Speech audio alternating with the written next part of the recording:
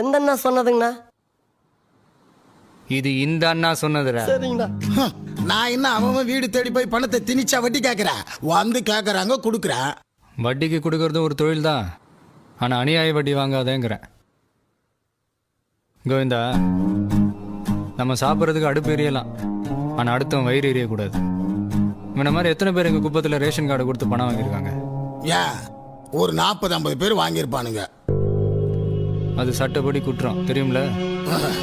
இது சட்டப்படி குற்றன்றது எனக்கு தெரியும். அந்த சட்டத்தை எப்படி சமாளிக்கணுன்றது எனக்கு தெரியும். டேய், என்ன நக்கலா? நீ ஒரு போலீஸ்காரங்கிட்ட பேசிட்டு இருக்கிறங்கிறத மறந்துடாத. இப்படி ஒரு இடத்துல இப்படி ஒரு கோலத்துல நின்னுக்கிட்டு நான் ஒரு போலீஸ்காரன் சொல்றியா? உனக்கு வெக்கமா இல்ல? நிறுத்தே. எதுக்கு உனக்கு ரோசம் வருது? கந்து வட்டி வாங்குறவனை பிடிச்சி உள்ள போடுறானா, நீ அவன் வீட்டு கட்டிலேயே படுத்துக்கிட்டு காவ காத்துக்கிட்டு இருக்க. எதுக்கு உனக்கு ரோசம் வரணும் சொல்லு? உன் மேல் அதிகாரிகளுக்கு பயந்து, அரசியல்வாதிகளுக்கு பயந்துக்கிட்டு வேலை செய்வேன், இல்ல இந்த கொள்ளக்காரன் இவங்களுக்கு பயந்துக்கிட்டு வேலை செய்வேன். என்னைக்காவது ஒரு நாள் இவனை மாதிரி ஒரு ஏழை பாளைகளுக்காக நீ வேலை செஞ்சிருப்ப? ரோசம் வருதாமே ரோசம். இந்த பாரு, நீ மக்களுக்கு சேவையெல்லாம் செய்ய வேணாம், வாங்குற சம்பளத்துக்கு வேலை செய். என்னடா விட்டா பேசிட்டே?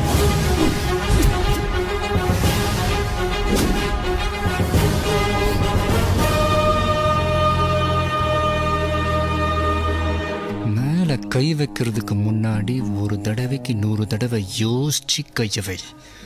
ஒரு தடவை வச்சிட்ட அப்புறம் உன்னால யோசிக்கவே முடியாது. தைரியம் இருந்தா தொட்டு பாடுறா. தொட்டா ஷாக் அடிக்கும். வேணாம் சுரா, வேணாம், விட்டுற. உன் குப்பத்து ரேஷன் கடை எல்லாத்தையும் குத்துற, விட்டு சுரா.